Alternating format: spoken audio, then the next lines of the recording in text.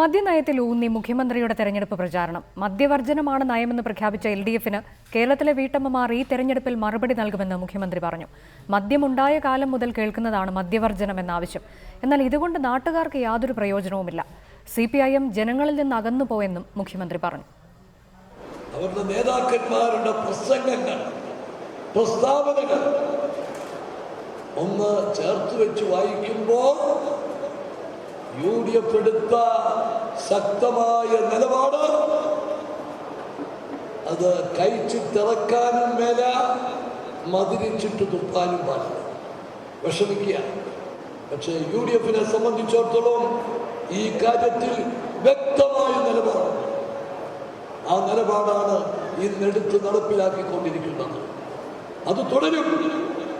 അതിനെതിരായി നീങ്ങുന്നവർക്ക് കേരളത്തിലെ ജനങ്ങൾ, പ്രത്യേകിച്ച് വീട്ടമ്മമാർ ശക്തമായ മറുപടി നൽകും എന്നെനിക്ക് പൂർണ്ണ വിശ്വാസം.